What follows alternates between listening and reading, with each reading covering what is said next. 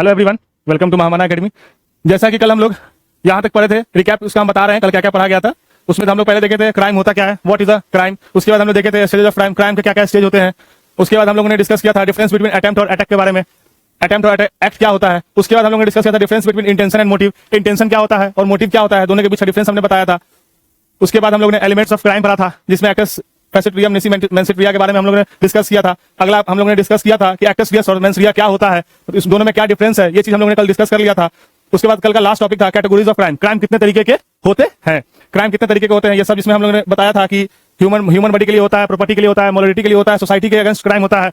ये सब हमने कल डिस्कशन कर लिया था। और आज जो है आज का नया टॉपिक है जो कि जिसमें हम आज डिस्कस करेंगे objective of criminal law. Objective क्या है क्रिमिनल लॉ का, क्यों लाया गया था, क्या मेन पर्पस क्या है क्रिमिनल लॉ लाने का। ठीक है, उसके बाद आईपीसी और आईपीसी जो है सो आपका पुराना वाला बियर एक्ट है और नए वाले में बीएनएस हो गया है। उसी तरह दूसरा है सीआरपीसी और बीएनएसएस। उसके बाद आएगा आपका available and non available offence के बारे में हम बताएंगे क्या होता है अवेलेबल, क्या होता है नॉन अवेलेबल ऑफेंस। उसके अगला आएगा cognizable and non cognizable offence के बारे में हम आपको डिस्कशन करेंगे, कॉग्निजेबल ऑफेंस क्या होता है, नॉन कॉग्निजेबल ऑफेंस क्या होता है। उसके बाद हम लोग डिस्कशन करेंगे compoundable offence and non compoundable offence के बारे में डिस्कशन करेंगे। उसके आगे इन्वेस्टिगेशन और ट्रायल के बारे में हम लोग आज फुल्ली डिस्कशन इसको करेंगे।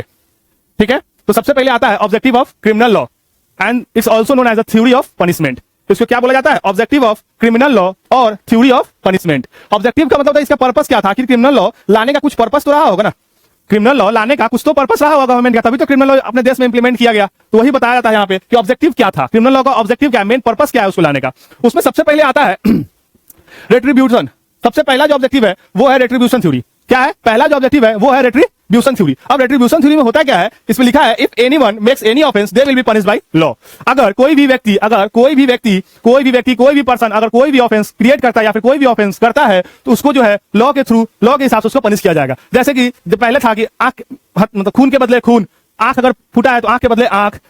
ठीक है, उसी तरीके से वो एक अहिंसा चीज का प्रतीक था। इसलिए गांधी जी ने उस टाइम भी बोला था कि हमें अहिंसावादी बनना है, हिंसावादी नहीं बनना, अहिंसावादी बनना है।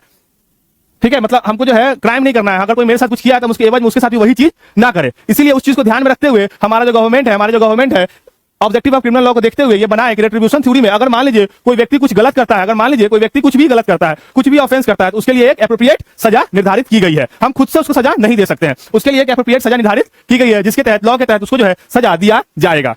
ठीक है, इसी को कहते हैं हम रेट्रीब्यूशन थ्योरी। रेट्रीब्यूशन थ्योरी एक बार और समझिए, इसमें यह कहा गया है कि अगर कोई भी व्यक्ति कोई भी पर्सन अगर कोई ऑफेंस को कारित करता है, अगर कोई अपराध को करता है तो उसको जो है लॉ के हिसाब से पनिश किया जाएगा। क्यों लॉ के हिसाब से पनिश किया, अगर सब लोग अपने अपने स्वार्थ के लिए अपने अपने हिसाब से सबको पनिश करने लगे तो देश में अराजकता फैल जाएगी। इसलिए ये कहा गया कि नहीं, सब लोग अपने अपने हिसाब से पनिश नहीं करेगा, उसके लिए एक अलग से लॉ बनाया गया और उसी के हिसाब से जो है पनिशमेंट दिया जाएगा। उसके बाद आता है डिटरेंस थ्योरी। डिटरेंस थ्योरी क्या होता है, डिटरेंस थ्योरी का मतलब ये होता है कि उसको रोकना, किसी भी अपराध को रोकना, किसी भी अपराध पे लिमिट लगाना। क्या होता है, किसी भी अपराध को रोकना। ये सरकार का दायित्व है कि वह किसी अपराध को रोके या फिर उस पर लिमिट लगाए, उसके लिए कुछ कानून बनाए। इसलिए क्रिमिनल लॉ बनाया गया, किसी अपराध को रोकने के लिए तो क्रिमिनल लॉ बनाया गया। अगर मान लीजिए कोई व्यक्ति किसी का मर्डर करता है, अगर उसको कुछ नहीं सजा दिया जाएगा, कुछ भी नहीं किया जाएगा, तो क्या होगा, वो आए दिन कोई ना कुछ नया करते रहेगा, कुछ ना कुछ नया हत्या करेगा, नया कुछ ऑफेंस करता रहेगा। इसलिए डिटरेंस थ्योरी भी इसमें लाया गया। इसका मतलब ये होता है टू स्टॉप और टू लिमिट द ऑफेंस, उसको रोकना, किसी भी व्यक्ति को ऑफेंस करने से रोकथाम करना, उसी को कहते हैं हम डिटरेंस थ्योरी। किसी को जब हम रोकते हैं कोई किसी ऑफेंस को करने से, उसी को हम कहते हैं डिटरेंस थ्योरी। उसके बाद आता है इनकैपिटेशन।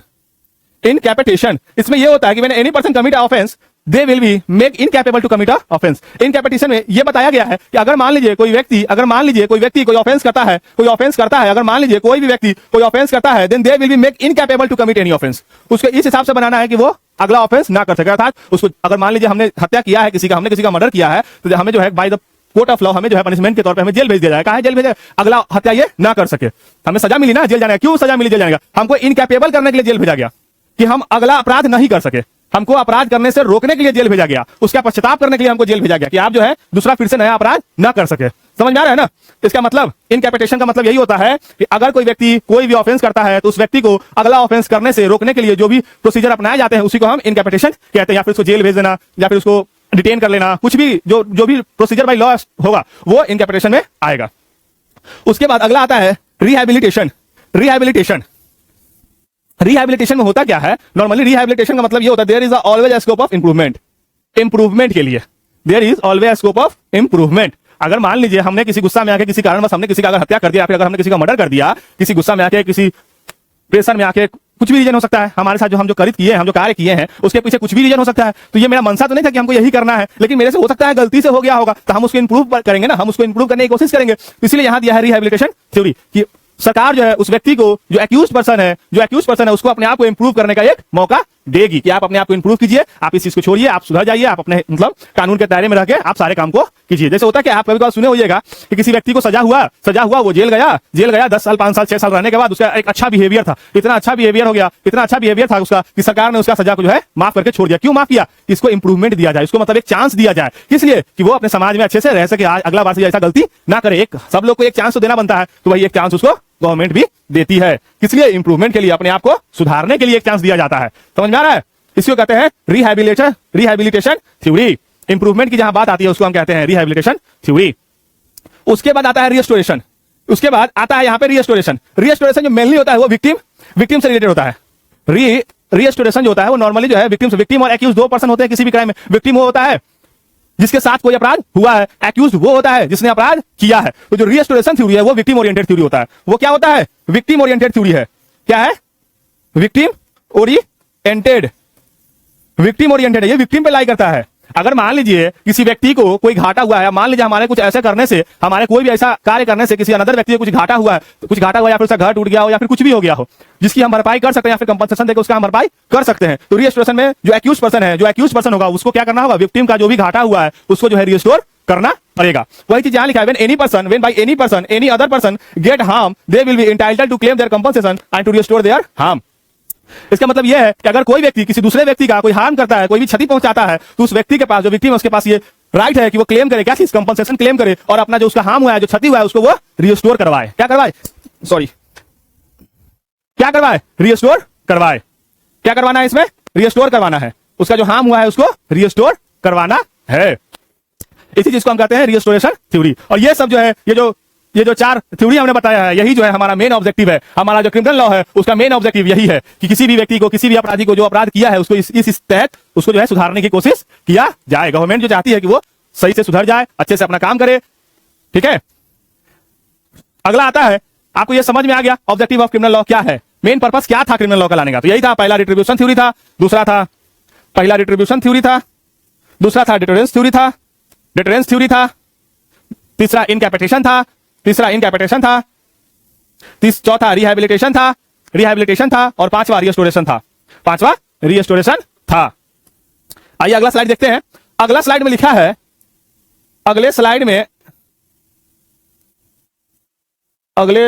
में लिखा है यहाँ पे समथिंग वेंट रॉन्ग। चलिए कोई नहीं, मैं उसको आपको अलग से बताऊंगा, पहले अभी इसको देख लेते हैं। इसमें अगले स्लाइड में है सीआरपीसी के बारे में लिखा है। CrPC, criminal procedure code. क्या लिखा है इसमें? Criminal procedure code. ये जो क्रिमिनल प्रोसीजर कोड जो है ना, ये प्रोसीजर बताता है कि हमारा जो कोर्ट ऑफ लॉ है, जो हमारे देश का जो कोर्ट है, वो कैसे कैसे कार्य करेगा। मतलब उसे एक प्रोसीजर, हर एक चीज का एक प्रोसीजर होता है कि हमको क्या क्या करना है, कैसे कैसे करना है। उसी चीज जो प्रोसीजर बताता है उसको कहते हैं हम सीआरपीसी, जो कि पहले हुआ करता था, जो कि पहले यही जो लॉ है, सीआरपीसी का जो लॉ है, वही हमारे देश में प्रिवेल कर रहा था। लेकिन बाद में मोदी गवर्नमेंट ने अभी हाल में ही उसको रिप्लेस करके एक नया लॉ लाया है जिसका नाम है बीएनएसएस, भारतीय नागरिक सुरक्षा संहिता। मोदी गवर्नमेंट ने क्या किया है? सीआरपीसी को रिप्लेस करके नया लॉ लाया है, वो है भारतीय नागरिक सुरक्षा संहिता। ठीक है, इसको जो है 1 जुलाई 2024 से इन्फोर्स में लाया गया है। इनफैक्ट ये जो लॉ है बीएनएसएस, वो जो है 23 दिसंबर 2023 को ही बनाकर प्रेसिडेंट का एसेंट लेके इसको रख लिया गया था, लेकिन इसको पूरे देश में 1 जुलाई 2024 से जो है लागू किया गया था। इसमें प्रोसीजर, इसमें भी सेम इसी चीज को रिप्लेस करके ये लाया गया है। इसमें कुछ नए प्रोविजन जोड़े गए हैं, कुछ पुराने प्रोविजन को रखे गए हैं, कुछ नए प्रोविजन जोड़े गए हैं, कुछ प्रोविजन को डिलीट किए गए हैं, जो रेट्रोस्पेक्टिव काम कर रहा था उसको डिलीट किए गए हैं, कुछ नए प्रोविजन को इंक्लूड किए गए हैं। उसमें प्रोसीजर में सबसे पहले आता है it is a procedural law. इसको हम क्या कहते हैं? इसको हम प्रोसीजरल लॉ कहते हैं। ये एक प्रोसीजरल लॉ, सीआरपीसी क्या है? एक प्रोसीजरल लॉ। उसी तरह आईपीसी क्या है? IPC means Indian penal code. पहले हमारे देश में इंडियन पीनल कोड चलता था, आईपीसी चलता था, जिसके तहत उसमें सारा चीज बताया गया था कि मर्डर कब होगा, कल्पेबल होमिसाइड कब होगा, थेफ्ट कब माना जाएगा, उसका सजा क्या होगा, डकैती क्या होता है, डकैती का सजा क्या होगा, रेप क्या होता है, रेप का सजा क्या होगा। इन सब चीज के बारे में आईपीसी में बताया गया था। लेकिन अब क्या हुआ है? आईपीसी को भी रिप्लेस कर दिया गया है। किसके थ्रू? आईपीसी को भी रिप्लेस किया गया है। किसके थ्रू रिप्लेस किया गया है? इसको रिप्लेस किया गया है बीएनएस के थ्रू। भारतीय न्याय संहिता के थ्रू किसके थ्रू रिप्लेस किया गया है? भारतीय न्याय संहिता। आईपीसी को रिप्लेस करके क्या लाया गया है? भारतीय न्याय संहिता। इसकी रिप्लेसमेंट की क्यों जरूरत पड़ी? दोनों की एक और लॉ को रिप्लेस किया गया है, इंडियन एविडेंस एक्ट को भी रिप्लेस कर दिया गया है। उसको क्यों रिप्लेस किया गया उसके बारे में भी हम आपको बताएंगे। इन दोनों लॉ को क्यों रिप्लेस किया गया? समय के साथ धीरे धीरे अपराध की श्रेणी बढ़ती जा रही है। जैसे जैसे समय बढ़ रहे हैं वैसे वैसे अपराध बढ़ रहे हैं, वैसे वैसे अपराध की श्रेणी बढ़ती जा रही है। इसलिए उन सभी अपराध को काबू में लाने के लिए समय समय पे अमेंडमेंट किया गया। अब जब अमेंडमेंट से नहीं हो सका, बहुत ज्यादा उसमें सब क्लॉज बहुत ज्यादा हो गया, तो इसलिए फिर से एक नए एक्ट को लाया गया, एक नए फ्रेश एक्ट को लाया गया। उसमें फिर नए नए चीजों को ऐड किया गया, नए नए क्राइम्स इसमें ऐड किया गया। ठीक है, इसलिए आईपीसी को भी रिप्लेस करके भारतीय न्याय संहिता जो है अपने देश में लागू किया गया। ये भी 1 जुलाई 2024 को ही लागू किया गया है। अभी हमारे देश में एट प्रेजेंट सीआरपीसी, आईपीसी और एविडेंस रिप्लेस कर दिया गया है, उसको खत्म कर दिया गया है। अभी हमारे देश में बीएनएसएस और बीएनएस प्रिवेल कर रहा है। ठीक है ना। इसमें आइए फिर देखते हैं, फिर आगे आपको बताएंगे आईपीसी में क्या क्या है। पहले इसको देख लेते हैं, स्लाइड को, क्या क्या इसमें बोल रहा है। इसमें यह है कि प्रोसीजरल लॉ होता है। सीआरपीसी जो है वो प्रोसीजर लॉ होता है, वो प्रोसीजर बताता है कैसे कैसे कोर्ट काम करेगा, कैसे कैसे कोर्ट चलेगी, क्या क्या प्रोसीजर होगा किसी भी चीज का, किसी भी अपराध का, किसी भी ऑफेंस का। उसमें सबसे पहला प्रोसीजर होता है इन्वेस्टिगेशन का प्रोसीजर होता है, उसके बाद इंक्वायरी का प्रोसीजर होता है, उसके बाद ट्रायल का प्रोसीजर होता है, उसके बाद सेंटेंसिंग का प्रोसीजर होता है। अब इन्वेस्टिगेशन कौन करता है? इन्वेस्टिगेशन कोई भी अपराध होने के बाद जब एफआईआर लॉन्च हो जाता है, उसके बाद इन्वेस्टिगेशन कौन शुरू करता है? पुलिस शुरू करता है। इन्वेस्टिगेशन कौन शुरू करेगा? पुलिस शुरू करेगा। क्यों इन्वेस्टिगेशन शुरू करेगा? पुलिस उसमें यह देखता है यहाँ पे क्यों हुआ है, किस लिए हुआ है, कब हुआ है, किसके थ्रू किया गया है, आखिर क्या रीजन था ये क्राइम होने के पीछे। सारी चीजों को जो है पुलिस इन्वेस्टिगेट करके कोर्ट को एक, आप सुने होइएगा चालान, ये पुलिस डायरी सबमिट करना। चालान भेज दिया है, उसके बाद 90 दिन के अंदर में पुलिस जो है ना अपना डायरी सबमिट करेगा कोर्ट में। सुने हैं ना। तो वही इन्वेस्टिगेशन करने के बाद जब पूरी होल इन्वेस्टिगेशन हो जाती है, उसका एक समय लिमिट दिया गया है 60 और 90 दिन का। ठीक है, उसके बाद जब पुलिस जो है अपना पुलिस डायरी जब कोर्ट में सबमिट करती है, तो उस इन्वेस्टिगेशन के आधार पर ही आगे इंक्वायरी चलता है, उसके आगे ट्रायल चलता है, उसके बाद उसको सेंटेंसिंग दिया जाता है, मतलब सजा दिया जाता है। तो इन्वेस्टिगेशन कौन करता है? इन्वेस्टिगेशन यहाँ पे पुलिस करता है। उसके बाद आता है इंक्वायरी का स्टेज। इंक्वायरी में क्या होता है? इंक्वायरी में जब कोर्ट जो है जो इन्वेस्टिगेशन का जो पेपर आया है उसको कोर्ट जो है इंक्वायरी करता है, क्या इसमें सब कुछ सही लिखा है, इसमें कोई दबाव में तो नहीं लिखवाया गया है, इसमें कुछ गलत तो नहीं लिखवाया है, पुलिस कुछ ऐसा चीज तो नहीं है जो कि उस व्यक्ति को फंसाया जा रहा हो, या फिर उसके ऊपर चार्जेस कम लगे। अगर मान लीजिए कोई दिक्कत नहीं, सब कुछ सही है, तो कोर्ट ये देखता है इसमें जो चार्जेस लगाए गए हैं पुलिस के द्वारा, जो धारा लगाए गए हैं, क्या वो सब सही है, उसमें कुछ त्रुटि है, उसको जो है कोर्ट जो है सही करता है। इंक्वायरी के प्रोसेस में कोर्ट जो है उसको सही जो है करेगा। अब जब इंक्वायरी हो जाएगा कोर्ट का, जब कोर्ट जब सब कुछ कर लेगा, जब इंक्वायरी करेगा, सब कुछ जांच पड़ताल जब कोर्ट कर लेता है, उसके बाद तीसरा स्टेप लेता है वो ट्रायल का। तब जाके जो है ट्रायल शुरू होता है। जो आप लोग टीवी चैनल, फिल्म में सब जगह देखते हो, 2 एडवोकेट है, एक दूसरे से बहस हो रहा है, क्रॉस एग्जामिनेशन हो रहा है, चीफ एग्जामिनेशन हो रहा है, एक दूसरे का बहस हो रहा है। वो बोल रहा है कि नहीं हमारे क्लाइंट नहीं किए हैं ऐसा, वो बोला कि नहीं आपके क्लाइंट ही ऐसा किए हैं। ये जो आप देखते हैं कोई भी टीवी सीरियल मूवी कहीं भी देखते हैं, वो सब जो है ट्रायल का प्रोसेस है। अब जब ट्रायल खत्म हो जाता है, जब ये सिद्ध हो जाता है कि नहीं ये व्यक्ति ने ही अपराध किया है या फिर ये व्यक्ति ने नहीं किया है, तो लास्ट स्टेप जो आता है कोर्ट का वो होता है सेंटेंसिंग। या तो उसको एक्विटल कर देगा सेंटेंसिंग में। सेंटेंसिंग 2 तरीके से होता है, या तो एक्विटल हो जाएगा और या तो कन्विक्शन हो जाएगा। क्या हो जाएगा? सेंटेंसिंग में 2 ही चीज हो सकता है ना। कोर्ट क्या कर सकता है? 2 ही काम कर सकता है, या तो उसको बाइज्जत बरी कर देगा, छोड़ देगा, या तो उसको कन्विक्ट कर लेगा, या तो उसको जेल भेज देगा, या फिर उसको कोई सजा सुना देगा। सेंटेंसिंग में ये 2 चीज मेनली होता है। ठीक है, सब कुछ समझ में आ रहा है ना। इन्वेस्टिगेशन क्या होता है, इंक्वायरी क्या होता है, ट्रायल क्या होता है और सेंटेंसिंग क्या होता है। ठीक है, अगला आता है, अगला इसमें दिया है bailable and non bailable. Bailable offence क्या होता है और नॉन बेलेबल ऑफेंस क्या होता है? आपने सुना ही होगा कि बेलेबल ऑफेंस है, इसमें बेल मिल जाएगा आसानी से। एक आपने सुना होगा नॉन बेलेबल है, इसमें बेल नहीं मिलता है आसानी से। बेल लेने के लिए कोर्ट का मंजूरी लेना पड़ेगा, ये लेना पड़ेगा, वो लेना पड़ेगा, बहुत तरीके की बात आपने सुनी होगी। वही है बेलेबल एंड नॉन बेलेबल। आइए इसमें देखते हैं आगे क्या है। बेल क्या होता है? सबसे पहले बेलेबल की जगह पे हम पढ़ेंगे बेल। बेल होता क्या है? बेलेबल एंड नॉन बेलेबल बाद हम लोग देखेंगे, पहले हम देखेंगे बेल क्या होता है। बेल होता क्या है? Bail, any person is in detention and they want to release, then they apply for the bail in court of law, release from the police custody. जब कोई व्यक्ति डिटेन किया गया हो, कस्टडी में लिया गया हो, किसके द्वारा? पुलिस के द्वारा। हो सकता है वो जुडिशियल कस्टडी में भेज दिया गया हो सकता है वो अभी पुलिस कस्टडी में ही हो, ये भी तो हो सकता है अभी पुलिस कस्टडी में ही हो, या फिर जुडिशियल कस्टडी जेल भेज दिया गया हो किसी भी ऑफेंस के बाद। तो उस व्यक्ति के पास यह राइट है, हमारे कॉन्स्टिट्यूशन में भी दिया है, उस व्यक्ति के पास यह राइट है। जब आप फंडामेंटल राइट्स के चैप्टर को पढ़ेंगे तो वहां ये दिया है कि हर एक व्यक्ति के पास यह राइट है कि वो फ्रीली कहीं भी घूम सकता है। तो उसी के तहत अगर उस पर अभी तक कुछ लाई नहीं हुआ है, कोई ऑफेंस लाई नहीं हुआ है, कोई अपराध अभी तक सिद्ध नहीं हुआ है, तो उस व्यक्ति के पास ये मतलब क्या बताया इसमें, उस व्यक्ति के पास ये कैपेबिलिटी है कि वो जो है कोर्ट ऑफ लॉ में जो है बेल एप्लीकेशन फाइल करेगा कि हमको अब बेल दीजिए, अभी तक मेरे ऊपर कुछ सिद्ध नहीं हुआ है, हम आगे से ऐसा कुछ करेंगे ही नहीं, आप हमको बेल दे दीजिए। अगर कल को मेरे ऊपर सिद्ध होता है, कल को जो है मेरे ऊपर कुछ सिद्ध हो जाता है, तो हम जो है जो हमें सजा मिलेगी उसको हम जो है भोगेंगे। उसी में हमारे जस्टिस कृष्णा अय्यर थे, हमारे एक जस्टिस थे सुप्रीम कोर्ट ऑफ इंडिया के जस्टिस कृष्णा अय्यर, उन्होंने बोला था बेल नॉट अ जेल। उन्होंने एक वो सेंटेंस बोला था बेल नॉट अ जेल। इसका मतलब ये होता है कि बेल जो है लोगों का राइट है, बेल मिलना चाहिए। जेल मतलब इसका ये कहना था कि बेल एक राइट है, बेल मिलना चाहिए, ना कि जेल मिलना चाहिए। ठीक है, उसी में लिखा था आगे freedom of movement. Freedom of movement मतलब हमारे जो आर्टिकल में दिया है, फ्रीडम ऑफ फंडामेंटल राइट्स में जो हमारे दिया गया है फ्रीडम ऑफ मूवमेंट के बारे में, आर्टिकल 19 में, उसी के बारे में कृष्णा अय्यर ने कहा था। ठीक है, अब बेल दो तरीके से होता है, बेल भी दो तरीके से होता है, एक होता है एंटीसिपेटरी बेल, एक होता है रेगुलर बेल। अब एंटीसिपेटरी और रेगुलर क्या होता है? एंटीसिपेटरी बेल वो बेल होता है जब हमें फियर होता है, जब हमें एक डर होता है कि हमें पुलिस द्वारा गिरफ्तार किया जा सकता है किसी ऑफेंस से रिलेटेड, तो हम क्या करते हैं उस चीज से बचने के लिए, गिरफ्तारी से बचने के लिए हम क्या करते हैं, कोर्ट ऑफ लॉ में एंटीसिपेटरी बेल के लिए फाइल करते हैं कि हमको अग्रिम जमानत दे दिया जाए, हमको अग्रिम जमानत दे दिया जाए। हम एक रेप्यूटेड पर्सन है अपने सोसाइटी के, हम कहीं नहीं भागेंगे, हम यहीं रहेंगे, कोर्ट ऑफ लॉ जो जो कहेगी हम वो करेंगे, हमको अग्रिम जमानत दे दिया जाए, हमको जेल ना भेजा जाए। लेकिन जब हमारे ऊपर दोष सिद्धि हो जाएगी, उस वक्त अगर मुझे कोर्ट कहेगी जेल जाने को, तो मैं जो है अपना सिलेंडर कोर्ट में कर दूंगा। इसी को हम कहते हैं एंटीसिपेटरी बेल। एंटीसिपेटरी बेल, अग्रिम जमानत, गिरफ्तारी और अग्रिम जमानत, इसी को हम कहते हैं अग्रिम जमानत। गिरफ्तारी होने के पहले जब हम कोर्ट ऑफ लॉ से बेल ले लेते हैं, उसी को हम अग्रिम जमानत कहते हैं। लेकिन अगर मान लीजिए गिरफ्तारी हो गई, पुलिस ने जो है किसी ऑफेंस में आपको गिरफ्तार कर लिया, अब जब अरेस्ट कर लिया, तो अब आप जो है रेगुलर बेल ही फाइल कर सकते हैं। अरेस्ट करने के बाद क्या होता है? रेगुलर बेल फाइल होता है। क्या फाइल होता है? रेगुलर बेल जो है अरेस्ट करने के बाद फाइल होता है।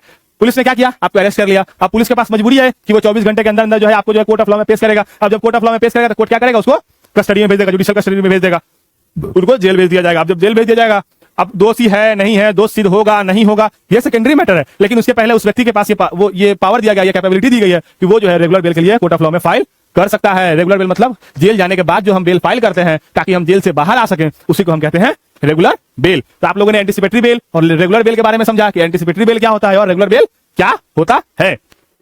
चलिए फिर हम आगे देखते हैं बेलेबल ऑफेंस क्या होता है। Offence is not a serious in nature.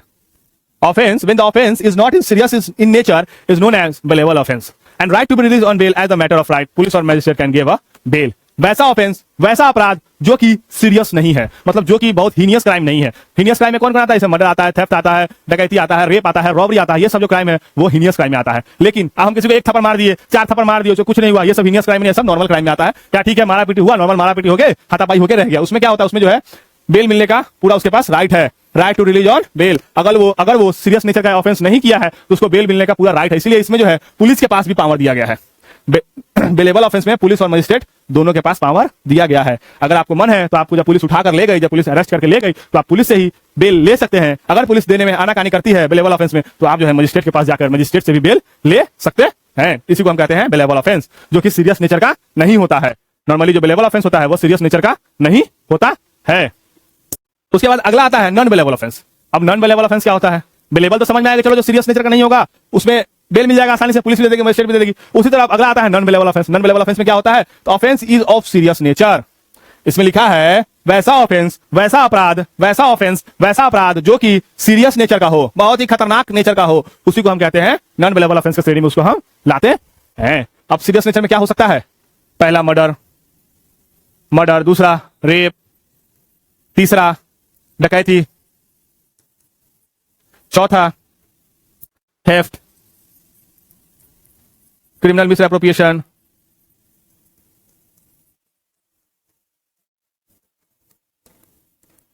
Criminal breach of trust,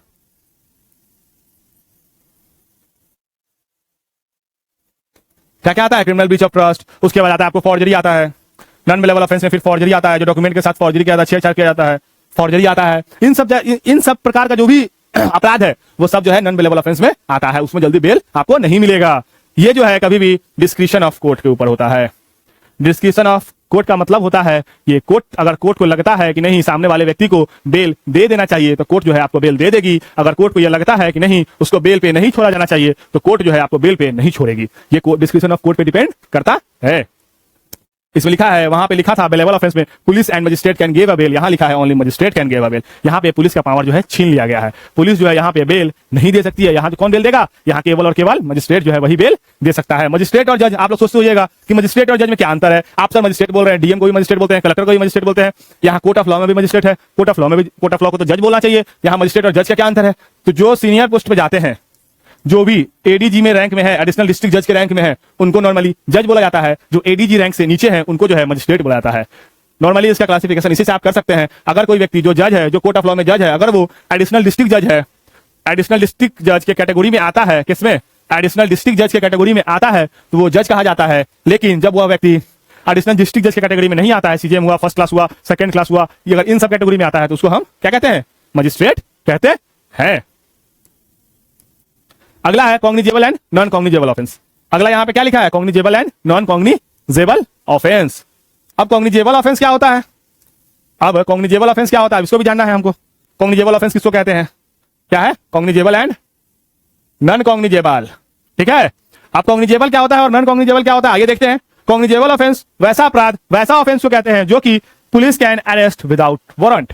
warrant लोग, आप लोग नॉर्मली सुनिएगा, सर वारंट लेके आए हैं, जब गिरफ्तार करने आ गए हैं, वारंट है क्या आपके पास? आप हमेशा सुनते होइएगा, मूवी, फिल्म, सीरियल, कहीं भी सुनते होइएगा, पुलिस से पूछता है लोग, वारंट है? वारंट है, वारंट है जो गिरफ्तार करने आए हैं। अगर पुलिस के पास, हाँ, ये नॉन कॉग्निजेबल की बात बताएं। कॉग्निजेबल में क्या होता है ना कि पुलिस जो है वो बिना वारंट का गिरफ्तार कर सकता है। जैसे अगर मान लीजिए हम किसी का मर्डर कर दिए हैं, अगर मान लीजिए हम किसी का मर्डर कर दिए हैं, तो पुलिस इस चीज का इंतजार थोड़ी करेगा कि हम कोर्ट ऑफ लॉ के पास जाएंगे, मजिस्ट्रेट के पास जाएंगे, मजिस्ट्रेट से पहले परमिशन लेंगे, क्या सर हमसे गिरफ्तार कर लें, तब तक तो पता चला कि हम भाग गए।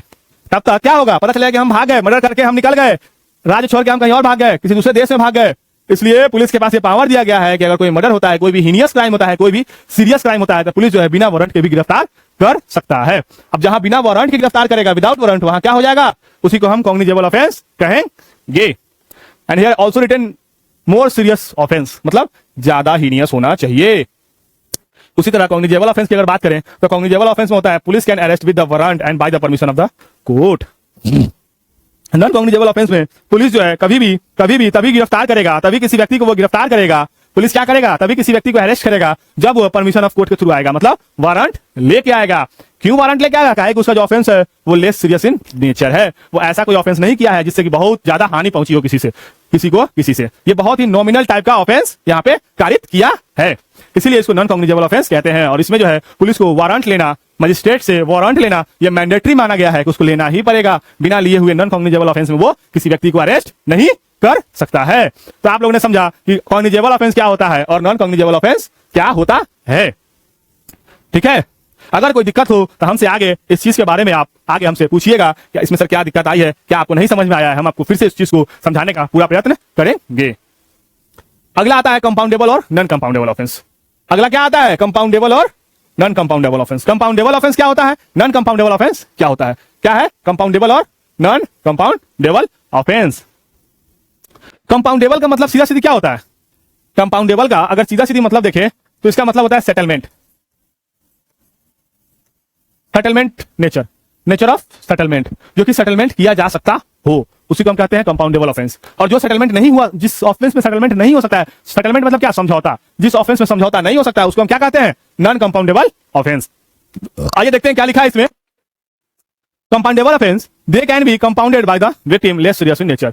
जो विक्टिम होगा, जिसके साथ दुर्घटना हुआ है, जिसके साथ अपराध हुआ है, वो जो अगर चाहे कि हाँ ठीक है मेरे साथ उतना मोर मतलब ज्यादा सीरियस तो नहीं है, बहुत नॉर्मल हुआ है, तो हम जो है इसको सेटलमेंट करके विदाउट कोर्ट ऑफ लॉ में गए हुए हम बाहर से बाहर सेटलमेंट कर सकते हैं। इसी को हम कंपाउंडेबल कहते हैं। आप नॉर्मली सुने होइएगा, मारपीट हो गया, उसका थोड़ा बहुत इधर फूट गया है और फिर दोनों में जो है समझौता हो गया, केस मुकदमा नहीं हुआ, दोनों अपने अपने घर पे हंसी खुशी रह रहे हैं। नॉर्मली देखते हैं ना कि कहीं पे मारपीट हुआ, दो लड़कों के बीच मारपीट हो गया, दो चार लड़कों के बीच मारपीट हो गया, तो हर एक केस में क्या होता है? हर एक केस में लोग जेल ही नहीं जाता है। क्या है कि वहां पे लेस सीरियस नेचर है। अब नॉर्मल हाथापाई हुआ, हाथ से मारे, वो भी हमको हाथ से मारा, नॉर्मल चीज हुआ, पुलिस आई, देख ली, पुलिस हमको पकड़ ली। अब वहां पे ये होता है कि अब जो एक्यूज है, जिसके बीच में झगड़ा हुआ, जो दो पार्टी है, अगर वो दोनों पार्टी रेडी हो जाता है, ठीक है सर जो हुआ सो हुआ, इसके लिए हम गलती माफी मांगते हैं, आज के बाद हम नहीं करेंगे, सेटलमेंट करके खत्म कर दिया जाए। क्या कर दिया जाए? खत्म कर दिया जाए, तो वो कंपाउंडेबल ऑफेंस में आता है। जहां सेटलमेंट होगा, आप हमेशा से याद रखेंगे, जहां भी सेटलमेंट होगा वहां पे कंपाउंडेबल ऑफेंस होगा। जहां सेटलमेंट नहीं हो सकता है वहां नॉन कंपाउंडेबल ऑफेंस होगा। ठीक है, आप लोग इसको अगर लिखना चाहे तो लिख सकते हैं। ठीक है, अगला है नॉन कंपाउंडेबल ऑफेंस। देखिए इसमें क्या लिखा है, रीड करते हैं। Can be a compoundable with the permission of court and most serious in nature. इसका कोई मतलब नहीं है, ये गलत टाइप किया हुआ है, ठीक है।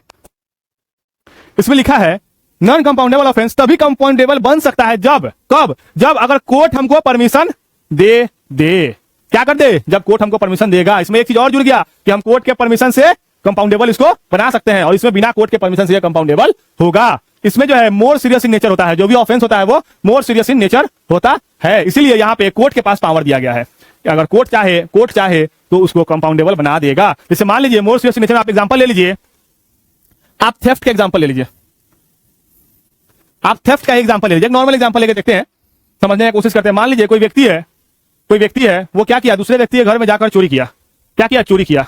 लेकिन वो चोरी क्यों किया, अपने नेसेसिटी को फुलफिल करने के लिए। वो बाद में इस चीज को रियलाइज किया, इस चीज के लिए एक्सेप्टेंस दिया कि हाँ हमने आपके यहाँ चोरी किया है, हम इसको सेटलमेंट करना चाहते हैं। चोरी तो लेकिन हीनियस क्राइम है, तो वो पहले कोर्ट ऑफ लॉ में क्या बोला, सर हम जो इनको हानि हुआ है, मेरी चोरी की वजह से जो इनको हानि हुआ है उसका हम भरपाई इनको करेंगे, उसका हम भरपाई क्या करेंगे, इनको हम करेंगे। अब जब वो बोला कि हाँ ठीक है भरपाई करेंगे, अगर मान लीजिए नॉर्मल चोरी है, बहुत हाई फाई चोरी नहीं है जिससे कि बहुत ज्यादा उसको घाटा लगा हो, नॉर्मल चोरी हुआ है, नॉर्मल घाटा लगा है, तो वहां पे क्या होगा, कोर्ट कह देगा ठीक है जाइए आप लोग जो है कंपाउंडेबल में चले जाइए, आप लोग क्या कीजिए, अपना दोनों लोग कंप्रोमाइज कर लीजिए, इनको जो घाटा लगा है जिस आपने चोरी करने की वजह से उसको जो है आप फुलफिल कर दीजिए, केस यहीं पे हम सेटल डाउन हो जाएगा, केस को जो है आगे हम प्रोसीड नहीं करेंगे। समझ आया? इसी को हम कहते हैं नॉन कंपाउंडेबल ऑफेंस, जिसमें नॉर्मली तो नहीं होता है सेटलमेंट, लेकिन अगर कोर्ट चाहे, अगर कोर्ट को मन है तो वो जो है इसको सेटलमेंट करवा सकता है।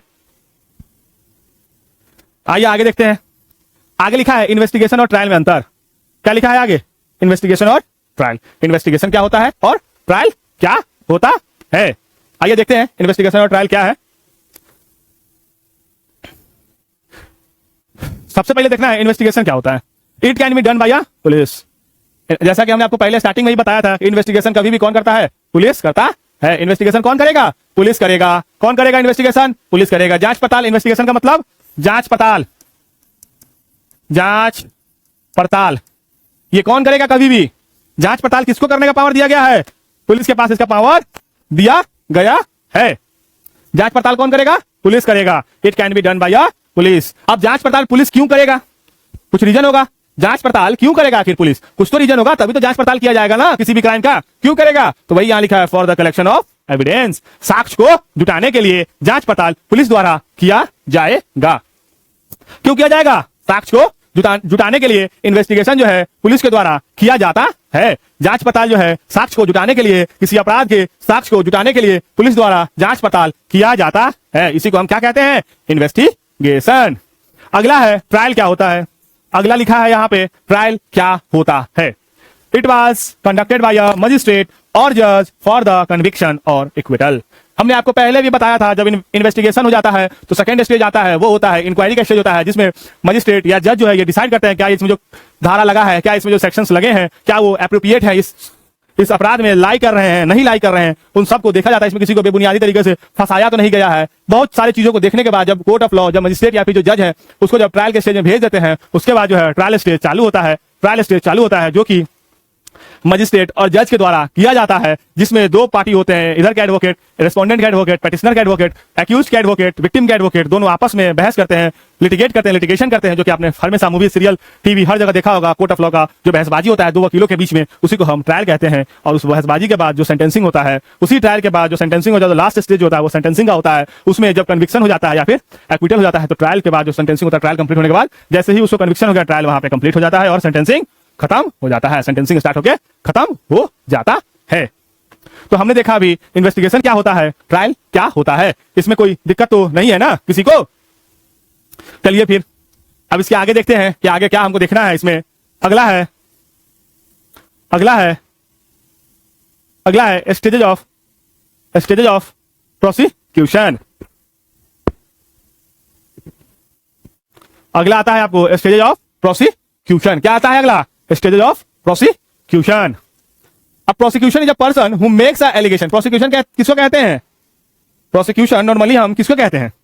प्रोसिक्यूशन उस व्यक्ति को कहते हैं जो किसी पे एलिगेशन लगाया हो। प्रोसिक्यूटर किसे कहते हैं?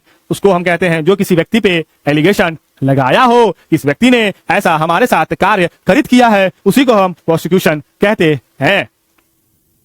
उसके आगे आता है इन्वेस्टिगेशन, ट्रायल इन्वेस्टिगेशन तो हमने आपको बता दिया था। अब आता है ट्रायल भी हमने बताया। ट्रायल में क्या क्या होता है नॉर्मली, ट्रायल में नॉर्मली क्या क्या होता है आप देखिए, यहाँ लिखा है फ्रेमिंग ऑफ चार्ज, धारा को सुधारना। अगर कोई सेक्शन गलत लगा है तो कोर्ट ऑफ लॉ मजिस्ट्रेट जो है, जज जो है, इसको जो है सुधारेगा, सही धारा लगाएगा ना, कि छोड़ देगा, कुछ भी धारा लगा के छोड़ देगा किसी व्यक्ति पे, उसको जो है मजिस्ट्रेट और जज जो है उसको सुधारेगा।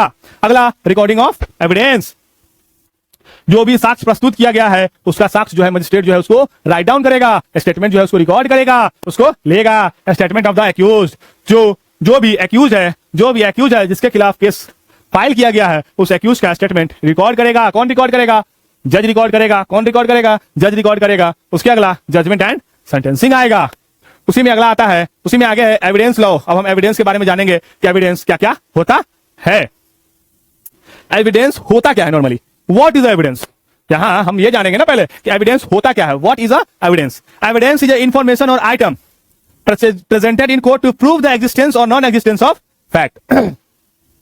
एविडेंस उसको कहते हैं जो कोर्ट ऑफ लॉ में लाया जाता है, जो फैक्ट, जो भी case, fact in the sense जो भी एफआईआर में लिखा गया है उसको प्रूफ और अनप्रूफ करने के लिए, एग्जिस्टेंस और नॉन एग्जिस्टेंस करने के लिए। इसका मतलब यह होता है कि जो भी एफआईआर में लिखा गया है, जो भी क्लेम हमारे ऊपर लगाया गया है उसको प्रूफ करने के लिए या फिर उसको अनप्रूफ करने के लिए, एग्जिस्टेंस में लाने के लिए या फिर नॉन एग्जिस्टेंस में लाने के लिए एविडेंस की जरूरत पड़ती है। किसकी जरूरत पड़ती है? साक्ष्य की जरूरत पड़ती है। इसी को हम कहते हैं एविडेंस। क्या कहते हैं? एविडेंस। अब एविडेंस और प्रूफ में अंतर होता है। एविडेंस और प्रूफ में क्या होता है? अंतर होता है। अब मान लीजिए किसी व्यक्ति के खिलाफ सब कुछ मिल गया, साक्ष्य मिल गया, सब कुछ मिल गया कि हाँ इसने किया है। अभी क्या मिला है? बस साक्ष्य मिला है। अब जब तक वह साक्ष्य कोर्ट ऑफ लॉ में प्रूफ नहीं हो जाता तब तक उसके बेसिस पे उसको सेंटेंस या फिर कन्विक्शन या फिर एक्विटल नहीं दिया जा सकता है। इसलिए proof is the end of result by the evidence. Evidence जिस टाइम प्रूफ हो जाएगा, एविडेंस जिस टाइम सिद्ध हो जाएगा, साक्ष्य जिस वक्त सिद्ध हो जाएगा उसी वक्त जो है प्रूफ के श्रेणी में वो आ जाएगा। समझ में आया एविडेंस और प्रूफ का अंतर? तो समझ में आया कि एविडेंस क्या होता है और प्रूफ क्या होता है। प्रूफ, एविडेंस जो है वो साक्ष्य को एकत्रित करके कोर्ट ऑफ लॉ में लाया जाता है कि एग्जिस्टेंस में है या फिर नॉन एग्जिस्टेंस में है, इसका क्या फैक्ट। लेकिन जब एविडेंस, साक्ष्य जो है जब प्रस्तुत होकर जब समाप्ति पे आता है, जब ये प्रूफ हो जाता है कि हाँ ये यही व्यक्ति जो है ये अपराध किया है, तो वह एविडेंस जो है बाद में जाके प्रूफ बन जाता है। अगर मान लीजिए वो एविडेंस प्रूफ नहीं हो सका तो क्या वो एविडेंस जो है कोर्ट ऑफ लॉ में एग्जिस्ट करेगा? वो एविडेंस कोर्ट ऑफ लॉ में एग्जिस्ट नहीं करेगा, वहां पे उसका प्रूफ नहीं हो पाएगा। ठीक है, अगला देखते हैं। अगला है टाइप ऑफ एविडेंस। एविडेंस, साक्ष्य के प्रकार। एविडेंस, साक्ष्य के प्रकार। एविडेंस कितने प्रकार के होते हैं? पहला चीज तो हम जानेंगे कि एविडेंस है क्या। Evidence lead to proof. Evidence कभी भी, साक्ष्य कभी भी किसी भी चीज को प्रूफ करने के लिए ही जुटाया जाता है। और एविडेंस एक्ट जो है वह जो है 1872 का एक्ट है, ये आजादी के पहले का एक्ट है और इसको जो है ड्राफ्ट किया गया था। आपके एग्जाम में हमेशा पूछा जाता है, हर वक्त हमेशा पूछा जाता है इस चीज के बारे में कि एविडेंस एक्ट को किसने ड्राफ्ट किया, किसने इसका पूरा जो है बेयर एक्ट को लिखा है, या फिर कौन इसके चेयरमैन थे। जो ड्राफ्टिंग कमेटी थी एविडेंस एक्ट, उसके चेयरमैन कौन थे? तो वो थे जेम्स स्टेफेन। कौन थे? James Stephen. ये कब लाया गया था? ये 1 सितंबर 1872 को जो है ये जो है अब उस टाइम जो है इनफोर्स में लाया गया था। लेकिन अभी जैसे हमने आपको पहले बताया कि सीआरपीसी, आईपीसी इन सबको जो है रिप्लेस करके जो है अभी जो है सीआरपीसी की जगह पे बीएनएसएस आ गया है, भारतीय नागरिक सुरक्षा संहिता। उसी तरह आईपीसी की जगह पे भारतीय न्याय संहिता आया है। उसी तरह हमारे एविडेंस लॉ की जगह पे जो अभी आया है वो आया है बीएसए। अभी जो हमारे देश में लाई कर रहा है, जो अभी जो हमारे देश में चल रहा है वो है बीएसए, भारतीय साक्ष्य अधिनियम। एविडेंस लॉ को जो है रिप्लेस कर दिया गया और उसी के साथ इस लॉ को जो है अपने देश में लागू किया गया है, जो कि 1 जुलाई 2024 से हमारे देश में लागू है। अब एविडेंस कितने प्रकार के होते हैं? एविडेंस 2 तरीके से हो सकता है, या तो वो ओरल होगा या तो वो डॉक्यूमेंट्री होगा। 2 ही तरीके से तो एविडेंस होगा ना, या तो हम मुंह से बोलेंगे या तो हम लिख के देंगे या फिर कोई साक्ष्य देंगे, कोई पेपर देंगे। तो ओरल और डॉक्यूमेंट्री होता है पहला चीज, पहला ओरल और डॉक्यूमेंट्री होता है।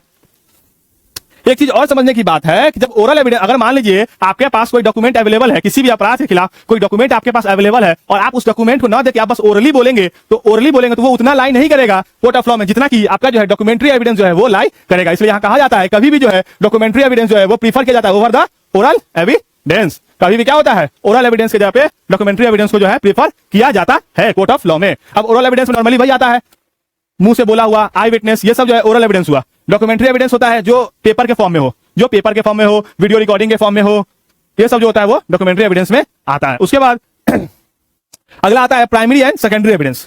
प्राइमरी और सेकेंडरी एविडेंस, ठीक है। अब प्राइमरी और सेकेंडरी एविडेंस क्या होता है? मान लीजिए ये डॉक्यूमेंट्री एविडेंस का ही पार्ट है, प्राइमरी और सेकेंडरी। इसमें 2 चीज होता है, प्राइमरी और सेकेंडरी। प्राइमरी क्या होता है? कोई जैसे मान लीजिए मेरे पास कोई पेपर है जिसपे हमने एग्रीमेंट बनाया था, मेरे पास कोई ओरिजिनल जमीन का पेपर है, वो जो है वो कभी भी प्राइमरी होगा। वो क्या होगा? कभी भी प्राइमरी होगा। लेकिन उसी जमीन के पेपर के, उसी प्रॉपर्टीज के पेपर को जो मेरे पास डीड है, उसका अगर हमने फोटोकॉपी करा के रखा है तो वो मेरे लिए क्या होगा? वो उसका सेकेंडरी एविडेंस होगा। जो भी ओरिजिनल कॉपी होता है किसी भी डॉक्यूमेंट का, उसको हम प्राइमरी कहेंगे, जो उसका फोटोकॉपी होगा उसको हम सेकेंडरी कहेंगे। तो original and the copy of original, इसलिए यहां लिखा है primary equal to original and secondary equal to copy of original. And इसमें आगे लिखा है primary evidence is prefer over the secondary evidence. जैसे यहाँ पे ओरल एविडेंस के जगह पे डॉक्यूमेंट्री एविडेंस को प्रेफर किया गया है, ज्यादा रिलायबल माना गया है, उसी तरह सेकेंडरी एविडेंस के जगह पे जो प्राइमरी एविडेंस है उसको ज्यादा रिलायबल माना गया है। अगला एविडेंस आता है हियरसे एविडेंस। हियरसे एविडेंस, जैसा कि आप सुने होइएगा, हियरसे का मतलब होता है कान सुना हुआ बात, एक दूसरे का सुना हुआ बात। हमने कुछ देखा, हमने क्या देखा कि बाहर हम निकले, हमने देखा किसी का मर्डर हुआ, हम क्या हुआ? आई विटनेस हुए। हम क्या किया? हम घर पे गए, अपने माता पिता को इस घटना के बारे में हम बताए कि वहां पे ना ऐसे ऐसे हुआ है, मेरे सामने में एक लोग ने एक दूसरे व्यक्ति को जान से मार दिया। तो जब अगर माता पिता अगर हमारे कोर्ट ऑफ लॉ में जाके ये कहे कि हाँ हमारे बेटा ने हमें ये चीज बताया था कि ऐसे ऐसे वहां पे हुआ है, तो जो माता पिता जो बोलेंगे कोर्ट ऑफ लॉ में एज एविडेंस, तो उसी को हम कहते हैं हियरसे एविडेंस। सुनी सुनाई बातें को हम हियरसे एविडेंस कहते हैं। इसलिए it is a very weak kind of evidence, इसलिए इसको वेरी ही वीक काइंड ऑफ एविडेंस माना जाता है। ये बहुत ही कमजोर तरीके का एविडेंस माना जाता है। अगर हम जाके बोले होते, चूंकि हम आई विटनेस को हमने खुद देखा था, तो वो स्ट्रॉन्ग काइंड ऑफ एविडेंस होता। लेकिन हमने जाके अपने माता पिता को बताया और हमारे माता पिता, हमारे कलीग, हमारे कोई भी रिलेटिव्स हमारी जगह पे वो जाके कोर्ट ऑफ लॉ में ये चीज बोल रहे हैं कि हमारे बेटे ने, हमारे भतीजे ने, हमारे दोस्त ने ऐसा ऐसा मुझे बताया था, तो वो जो है हियरसे एविडेंस में आता है। उस पर जो है कोर्ट उतना रिलायबल नहीं मानता है।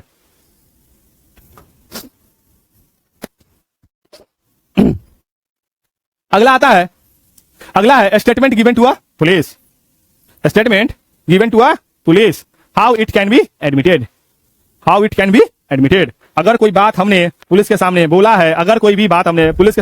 है, वो कैसे एडमिट होगा, कब एडमिट नहीं माना जाएगा, क्या होगा क्या नहीं होगा, उसी चीज के बारे में हम इस स्लाइड में आगे देखेंगे। अगला है statement given to the police. पहले आता है एफआईआर, दूसरा है confession, statement to a magistrate, dying declaration, attorney client relationship, confession, admission. सबसे पहले जो स्टेटमेंट जाता है पुलिस के पास वो क्या जाता है? सबसे पहला जो स्टेटमेंट जाता है पुलिस के पास वो क्या जाता है? एफआईआर के फॉर्म में जाता है या फिर कंप्लेंट के फॉर्म में जाता है? किस फॉर्म में जाता है? एफआईआर या फिर कंप्लेंट के फॉर्म में पुलिस के पास सबसे पहला जो स्टेटमेंट जाता है वो जाता है।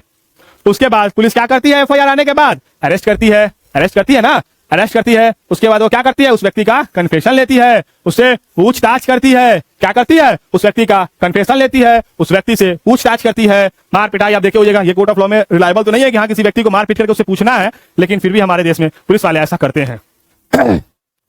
उसके बाद स्टेटमेंट टू अ मजिस्ट्रेट होता क्या है? जैसे जो कन्फेशन होता है पुलिस के समक्ष जो दिया हुआ कन्फेशन है, पुलिस के समक्ष दिया हुआ कन्फेशन कभी भी कोर्ट ऑफ लॉ में रिलायबल नहीं माना जाता है। कोर्ट ऑफ लॉ में उसके बेसिस पे सजा नहीं होता है जब तक कि वह व्यक्ति मजिस्ट्रेट के सामने में यह स्वीकृत ना कर ले कि हम जो भी बोले हैं पुलिस के सामने में, जो भी हमने कन्फेशन दिया है पुलिस के सामने में, वो अपने पूरे होशो हवास में दिया है और मेरी बोली हुई हर एक बात 100% सही है। तब तक जो है मजिस्ट्रेट जो है उस बात को, कन्फेशन को रिलायबल नहीं मानता है।